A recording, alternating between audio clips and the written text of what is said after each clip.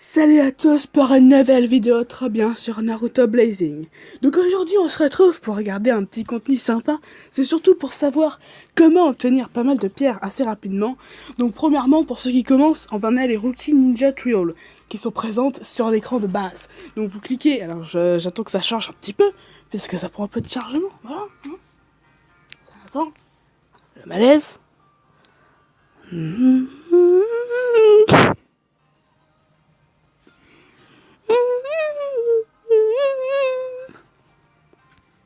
Voilà, bon, ok. Soyons un peu sérieux, peut-être. Donc bon, voilà, ça c'est la notice, en gros c'est les nouveaux trucs. Donc vous voyez juste ici, je fais en sorte que ça bouge un petit peu. Donc à côté de mon personnage principal, vous avez Ninja Trio. Juste en dessous, pour les débutants, il y a Ninja, si mes souvenirs sont bons, c'est Ninja, ah merde, j'ai oublié le nom.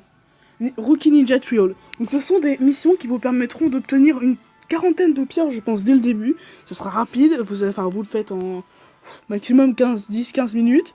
Et vous obtenez aussi un personnage qui est Sakura Haruno, qui n'est pas à sous-estimer. Ensuite, pour obtenir des pierres, on peut continuer la story. Donc bon, moi j'ai pas totalement terminé la story, mais on peut continuer la story et à chaque stage fini, vous obtenez donc 5 pierres, la même pour le mode hard. Et enfin, le moyen le plus rapide et le plus efficace d'obtenir des pierres à mon goût, ce sont les multiplayer. Donc vous pouvez les faire en emergency mission. Donc ce sont des... En fait, vous faites votre mission en multiplayer. Vous ouvrez votre salle grâce au menu Gather Friend. Et ensuite, vous ouvrez donc votre salle et vous obtenez à chaque fois que vous avez un nouvel allié, donc si vous jouez tout seul avec 2 alliés en multijoueur, à chaque fois que vous en avez un nouveau, vous obtiendrez donc 2 pierres à chaque fois. Sachant que si vous faites une mission simple, donc là par exemple vous avez les Skill Up Cup, ces missions sont très simples et très rapides à faire, surtout en multijoueur. Donc si vous faites par exemple la mission C, de 1 vous êtes stuffé au niveau des rouleaux, donc là si je me trompe, non des ramen, excusez-moi, c'est des ramen.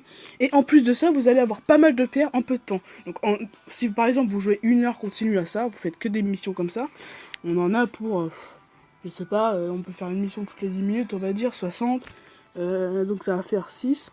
Donc 6 x 2, donc puisqu'on obtient 2 pierres à chaque fois, ça va faire 12. Donc ça vous fera quand même 12 pierres à récupérer chaque heure. Au minimum, après ça dépend à quelle vitesse vous allez, hein, bien sûr. Parce que moi, bon, personnellement, je pense que j'en obtiens un peu plus, peut-être une vingtaine, peut-être, si les gens se connectent. Bon, par contre, pour le multijoueur, vaut mieux jouer durant l'après-midi. Puisque le soir, c'est pas vraiment l'heure où tout le monde joue, justement. Donc je vous conseille bien de faire le multijoueur. Et je vous souhaite surtout bonne chance sur ce jeu que moi, personnellement, je conseille énormément. À bisous, bisous.